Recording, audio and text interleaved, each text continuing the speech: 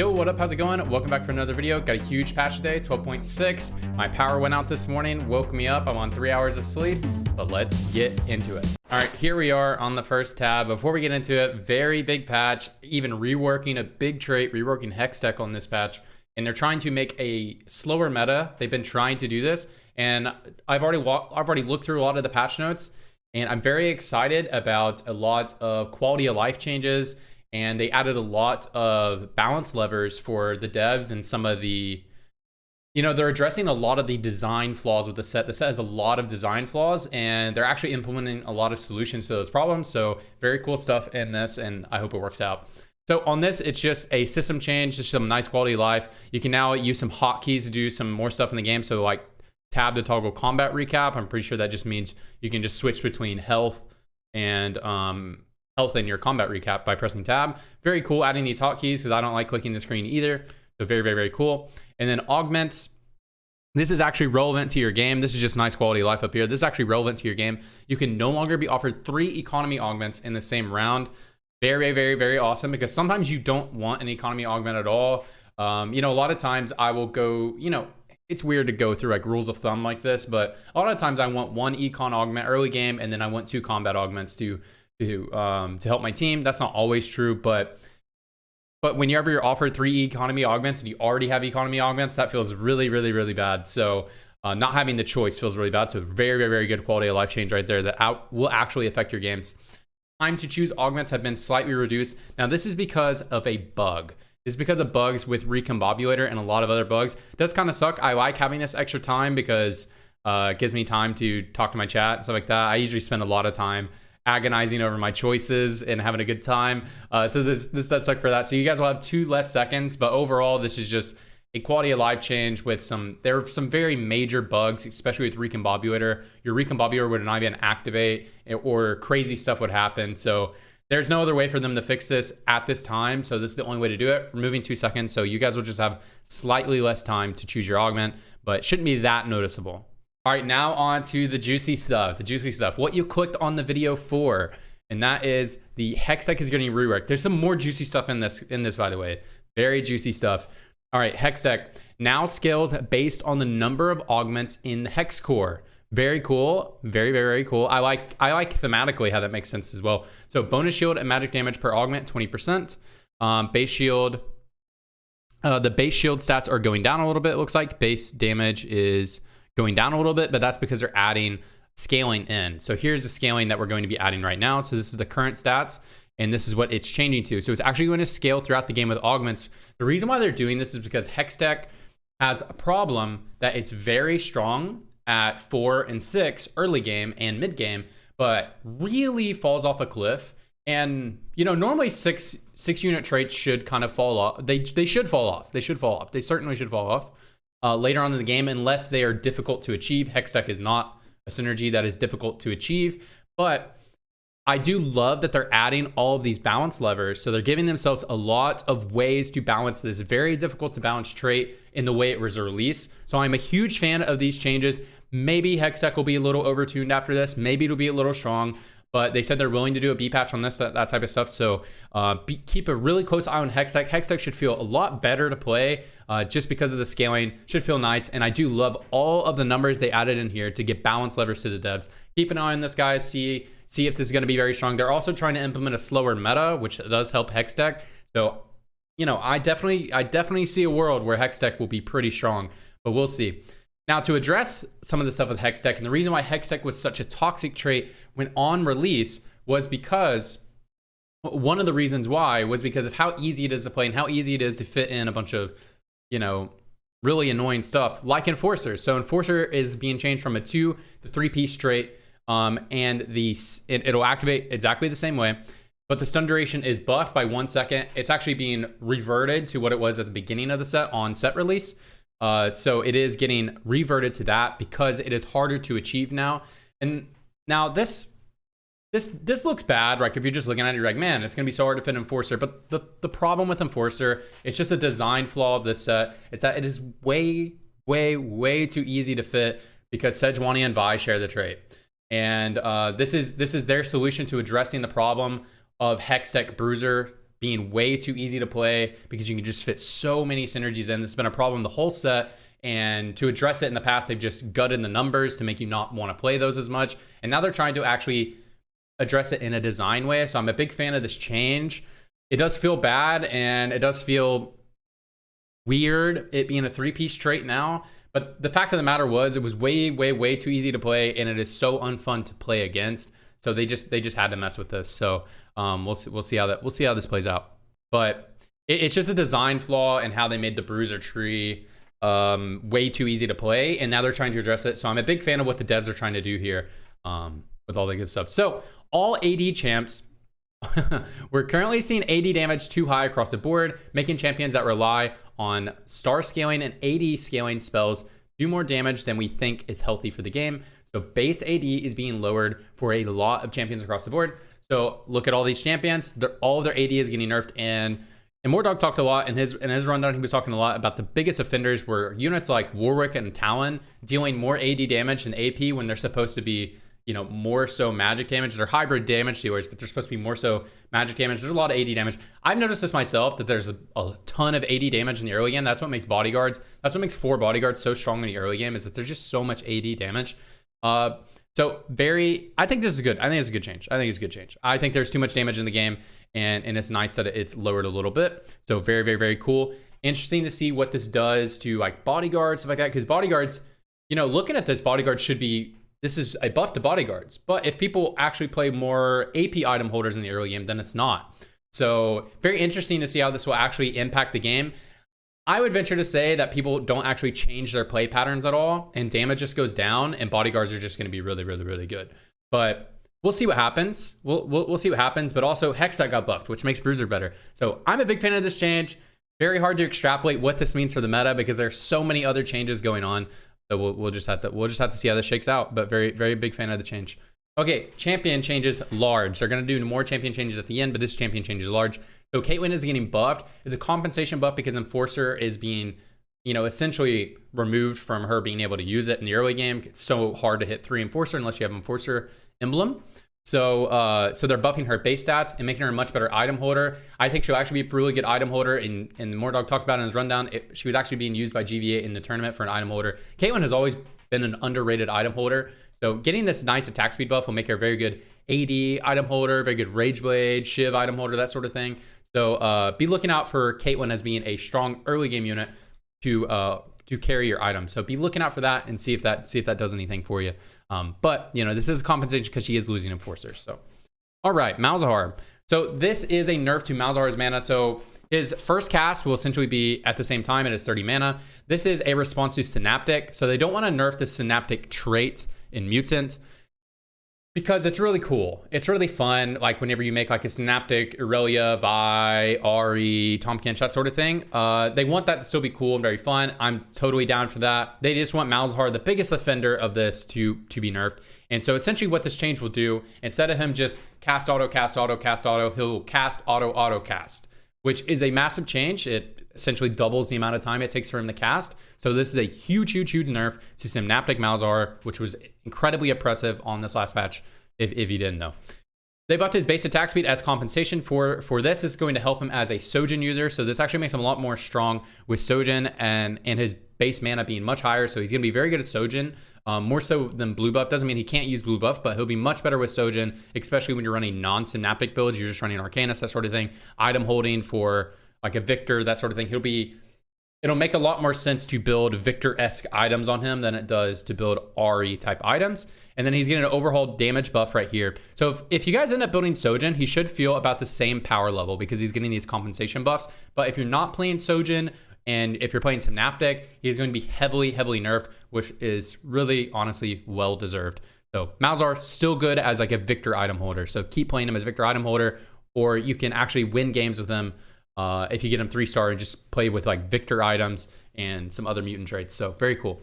All right, Swain is getting buffed. You see, he is just according to the data, he is just one of the worst performing units in the game. So they're giving him a nice buff. So we'll see how this shakes out. You know, not too big of buffs, but getting a nice buff here. Coolio. Aurelia. Now this is a big change. So they're nerfing her mana. You probably won't feel this as much because she is a frontliner. She takes damage. You probably won't feel the mana nerf that much. It probably doesn't make a huge difference. Now, the base spell damage, this is a big change because a big part of Aurelia's kit is her ability to reset. And lowering her base stats is going to hurt that ability to reset. So that can have some wild changes in combat. I would venture to say Aurelia is going to be a lot weaker on this match, a lot weaker. Honestly, well-deserved. She's been pretty oppressive most of the set. You know, there's been some times where she's not like the best, but she's been at the top of the table the entire set. So definitely deserved nerf. And who knows if this will knock her out of the meta. I would say she's going to be a less desirable carry than something like Sivir or Draven. I would say she's going to be less desirable, but still playable. And, you know, I hope that she's not the menace that she is anymore. The biggest nerf that I'm excited about is this 15 damage nerf on 1-star. You guys all know the feels.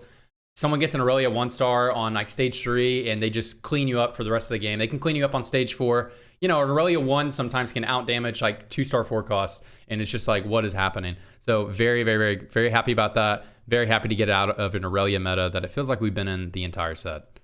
So that'll be very nice. All right, there we are, 5 cost. Okay, they're even more so leaning into Galio's identity as a tank. And I love it, I love it. I love playing Galio. Galio is one of my favorite units to play in the game. I love just itemizing him as a tank. Very, very, very awesome. So they're adding more of a base spell stun duration on him. So 0.5, that's actually a massive buff. That's the same as his 2-star. So they want Galio to feel worth to play at 1-star. Like how like playing Jace is worth to play at 1-star, Silco is worth. Galio does not feel as worth because he takes up 2 slots on your team. So they're wanting to make that feel a little bit better. I already like playing Galio. I love playing Galio. So nice thing to that. And then spell HP percentage is getting buffed as well. So scales even better with tank items. Guys, stop building Clapio. I know he's awesome. Just build him tank, guys. Just build him tank and put 80 items on someone else. Put 80 items on Jace, something like that. If you're going to build a legendary comp. I know Clapio is awesome, but they don't want him to be a thing. And honestly, I don't want him to be a thing either. He should be a tank. So here he is getting the tank stats. All right. Silco is getting a nice buff right here. Love this buff. So it's going from 6 to 7 second spell duration. I hate when units feel like there's almost no value in upgrading them other than the increased base stats. So I love that they added increased value to him going up. 1 second is a big difference. If he ults 3 times a fight, that's 3 seconds extra that your yoked up units are dealing damage, are tanking damage, are eating champion abilities. So very, very, very cool. And just something to note, the tooltip won't show these scaling numbers. And they buff 3-star just to make 3-star very satisfying because Silco does not feel nearly as satisfying as the other 3-stars, as the other 3-star 5 costs. So they're just doing that. So really great quality of life change for Silco. And Silco 2-star will feel a little bit better, feel more satisfying to actually hit a legendary 2-star Silco. All right, Jace is getting nerfed. Just the, it looks like it's just the range, right? All just the range. So range Jace is getting nerfed. Basically a 2-star Jace feels, he should feel better than every other AD carry in the game, but he feels like really, really good. So they're just taking him down just a little bit because he's already just I call Jace a god unit because he does it all. He can frontline, he can shred for your team, he can, you can frontline, shred for your team. He can support your team by buffing them with attack speed. He can DPS carry your team. He is just a god. He's probably the best unit, like, in terms of what value he can bring to your team overall. Probably just the best unit in the game, just by design, right? So, so him getting nerfed a little bit shouldn't change Jace being just very good, but he is going to be less strong as a carry option, but still Jace is a god unit. If you can fit him in your comp, fit him in. He's a beast. All right. So Zeri is actually getting buffed. I know you're looking at these changes and seeing the spell bonus on hit going down, but Zeri had a bug where attack speed was fixed at 1.0. Who knew? I didn't know. So basically what that means is anytime you build any attack speed item on her, you are not getting the full value from attack speed because her base is at 0.8, I think. So if you build any attack speed item on Zeri, this is a buff. That's all you need to know. She was bugged and now she is not. Item changes, cool, very cool. So Edge of Night and Brink of Dawn. So that's just the Radiant version, I believe, or the Radiant version. I don't know, whatever. But units who are stealth can now properly attack and cast ability. So if you guys have noticed, Edge of Night has felt kind of weird because they just kind of like the unit goes invulnerable and they just kind of stand there and they're just like, and they come out of invulnerability and then he die. It's especially apparent if they're the last unit left. They're like, so many times I've had a Kaisa, last unit left. She's full mana and she's just sitting there. and then she comes out of it, zooms, and dies. So they should fix that a little bit. Should feel a little bit closer to how GA worked a little bit, except for less bullshit, because you can still die to AoE spells and stuff like that. You just can't be targeted for auto attacks, this sort of thing. Very good quality of life change. I think this item will actually be pretty decent next patch. It's already good on Jinx. It's really good on Jinx already. So units like Jinx, Kaisa, things that have high value casts where they end up killing themselves a lot, going to be a lot better. So any unit that can use Edge of Night is getting buffed on this patch. So very, very, very good. So Kaisa, Jinx, very good buff for them. All right, cool. Augment changes. I'm a huge fan of these augment changes, especially these first few. So let's get into it. So Electrocharge is now going to have scaling damage based off of stage. So if you guys don't know, taking these augments feel incredibly good early game. These essentially just feel like early game augments, and not that they're completely dead augments late game, but it's like, you'd rather have something that like just has some scaling that does better. And anything else, anything else that can provide damage to your team is going to be better than these augments in the late game for the most part. So they're just adding scaling. I love this. Gives them a lot of the balance levers. I love anytime the devs get more levers to balance the game. I think gives them, I just any way that they're going to be able to balance the game better, I'm a fan of. So I like this being added to the game, as well as scaling. They can tune down these numbers if they need to, but I do love the scaling. They took down the damage a little bit at the beginning of the game because these augments are a little bit oppressive in the early game, and they want them to have a more of a smooth power curve instead of just a very strong, not good, then pretty bad. So big fan of these changes. Keep a lookout for these augments. Start taking them a little bit more often and see how they scale out throughout your game. Very interested to see how these do, especially in a slower meta. These should be stronger anyways in Electrocharge Luden's meta, and the meta should be a little bit slower because they removed a lot of damage from the game. So very interested to see how this plays out. Innovator Heart, he's going from silver to gold. And some of you guys might be thinking, who just aren't like keeping a close attention onto some of the numbers and some of the stuff. Some of you guys might be thinking, well, this is unfair because a lot of the other hearts are not different tiers and stuff like that. The devs are really embracing the idea that not all traits are created equal. Shocker, right? Not all traits are created equal. So it's okay for augments to be different things. An Innovator, if you get an Innovator Heart, it just unlocks so much of the game for you, because if you get an Innovator Heart and you're already playing Innovators, so much easier to fit in the Bear, so much easier to fit in, you can actually hit in the Dragon, right? But I think the key thing is just, it's so easy to fit in the Bear, and that is so oppressive if you can get that on stage 3, that sort of thing. So very happy this is getting moved up. And Innovator Soul completely removed from the game. Guys, if you get Innovator Soul, it's the freest top 4 of your life. Usually it's the freest top 2 of your life, especially if you're already playing Innovators. So easy to pivot into to get the Dragon. Once you get the Dragon online, you get an 80 carry, you are bing chilling. So very good this is removed. All right, share the spotlight. Share the spotlight bonus stats are going down a little bit. Just Socialite has been very strong this set. I think it's mainly because of Aurelia. I don't know if this needs to be nerfed at all, honestly, but maybe it was a little bit too strong. Who knows? Especially with strong because there were so many Socialite comps. So I don't know if this needs to be nerfed, but whatever. I'm not. I don't have a big opinion on that. All right. So small silver Yordle is getting changed to gold, and they're upping the dodge chance a little bit. Guys, if you don't know, So Small has been very, very, very strong. I have a TikTok or YouTube short on my channel of my Corki 2-star beating an Innovator Dragon comp with a Jace carry. I had a Corki 2-star, and he survived 5 units at the end of the fight because of dodge chance. Silver augment, by the way. Was crazy. So it getting buffed up to gold, it getting moved up to gold, definitely warranted, because this is very, very, very free augment whenever you get it. Makes your comp very, very, very strong. And it now makes your Yordle smaller. That's pretty cool. Cool. And the buff dodge chance. So very cool. Traits, small. Innovator is getting nerfed a little bit. You guys probably won't feel this. This is just on the little Scarab. You probably will not feel this on the Scarab. Tibbers, ally buff AD and AP. 5 down. You might actually feel this, but the Bear will still be good when it's good. So the Bear is normally really good on stage 3, stage 4, very strong, and then it's fine on stage 5 if it's your best front line, but it's not oppressive anymore. So you will definitely feel this on stage 3 and stage 4. I think you will definitely feel this a lot in the fact that like the Bear feels very oppressive on those stages, so it will be less oppressive. But you do actually lose more value the more units you have. So you technically do lose more value later on in the game, is because you will have more units, you have more things that benefit from this buff, so you are losing more value. But the thing is, like, you don't really feel the Bear's value all that much late game. But I think you will definitely feel this on stage 3, stage 4 on the bear, and to a lesser degree, you'll feel it later on in the game. So probably a deserved nerf, and I don't think you'll feel the Void Lane thing. Innovator has just been so strong for a while. So, all right, cool. Champions. Ezreal is getting an attack speed nerfed. The reason why he's getting this is because all the other AD champions got nerfed except for him, and they didn't want to nerf him because his base AD is already so low. So to take a little bit of damage from Ezreal, like they're taking damage away from basically all the AD casters, they just took some attack speed from him. So that's why they're doing that. All right, cool. Rek'Sai getting her first cast off quicker, so she'll actually get her heal value. Very, very, very cool, because a lot of times I play Rek'Sai, she just doesn't get her heal value. I'm very nervous about Rek'Sai and Sejuani being buffed at the same time, and at the same time as Hextech seemingly being buffed. You know, it's being reworked, but I mean, these are compensations because of Enforcer, but I don't know if they need compensations, because if Hextech is strong, it is oppressive because of just the unit design, or the trait and unit design make them oppressive.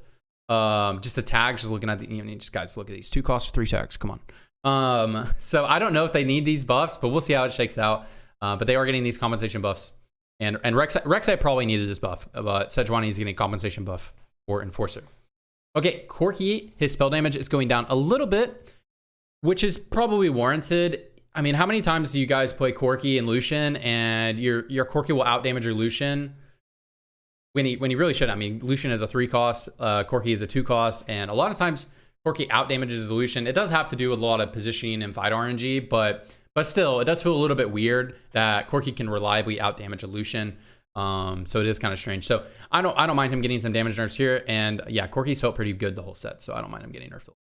Okay, champion small. So Zachary is getting a buff. This is also kind of a spooky buff because as I said, they just buffed Hextech, and so I'm very scared we're just going to be on the week 1 patch just with much better balance in the game overall. But we'll see how this works. We'll see.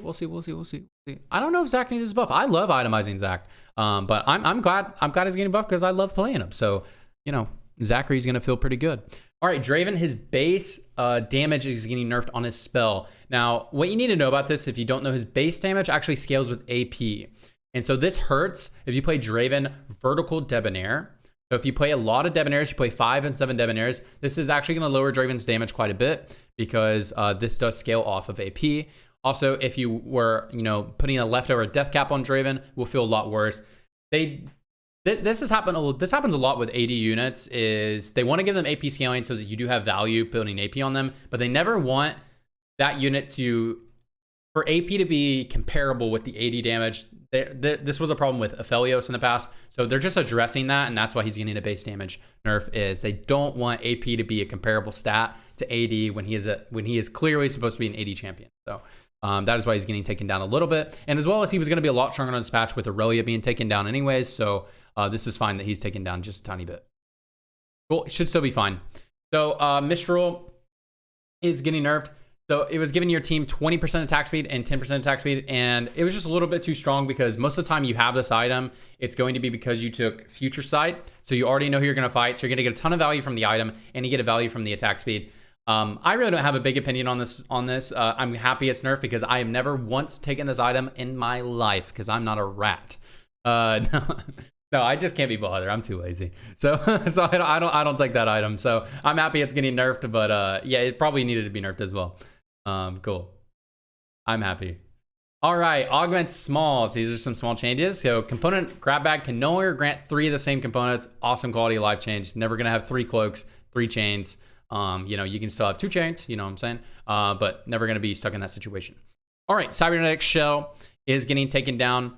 Cybernetic shell is very strong, especially in the early game because of all the AD damage, and there's also very good a compensation nerf because they're lowering AD damage in the early game. So you'd get even more value from the armor because their base stats are going to be so low that your armor is going to, take away so much stuff. So very cool.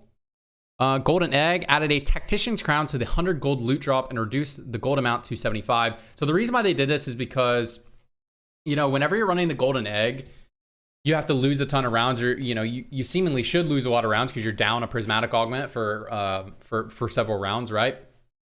And so the idea is they want to give you instant value And your value has nothing to do with RNG in that situation, because you're going to get a Tactician's Crown, what gives you instant value, and you can use that 75 gold to upgrade your board. They don't want a situation where you get 100 gold, you roll a bunch of gold, and you guys have been in this situation, you roll a bunch of gold, and you don't even really make that much stronger of a board than all the other people in the game. So you could have a lot of gold and still have the same board as the people you're competing with, but they're up prismatic augment, so they just want you to have direct value just off the augment itself. So very cool. All right, golden ticket. Chance for reroll is being buffed 40% to 45%. Cool. We'll see how that shakes out. High-end shopping, bonus gold, 5 to 8 gold. So this is going to feel a lot better in the early game, because this augment is pretty terrible to take in the early game. I don't know if they removed it from stage 1 rotation or not already anyways, but this feels pretty bad to take early game. And this is also going to be nice, nice little quality, nice little buff for the late game. You get a little bit extra gold to hit your 5 cost, that sort of thing. So nice little change. This augment's kind of hard to play around, especially if you get it earlier on in the game. All right, lifelong learning, AP is going up from 2 to 3. We'll see if this actually makes this augment viable. We'll see how it shakes out. In a slower meta, Scholar should do a little bit better, but Scholar comps are kind of like hard to play in the first place. So we'll see how this shakes out. Probably needed this buff, and we'll see how it goes. Rich get richer. Your starting gold goes up from 12 to 14. Wow, very good, very good. I think this is to address that a lot of these other augments already give you gold, and it just kind of like, they give you gold and board strength. So I don't know if this needed a buff, but maybe it does. We'll see how this shakes out. Very interesting, very interesting. Sharpshooter is getting nerfed, so the damage reduction is going up. Sharpshooter is very oppressive when you're already playing a sharpshooter comp. Guys, twin shots. I play tons of twin shots. It's kind of the only comp I even enjoy playing in this set.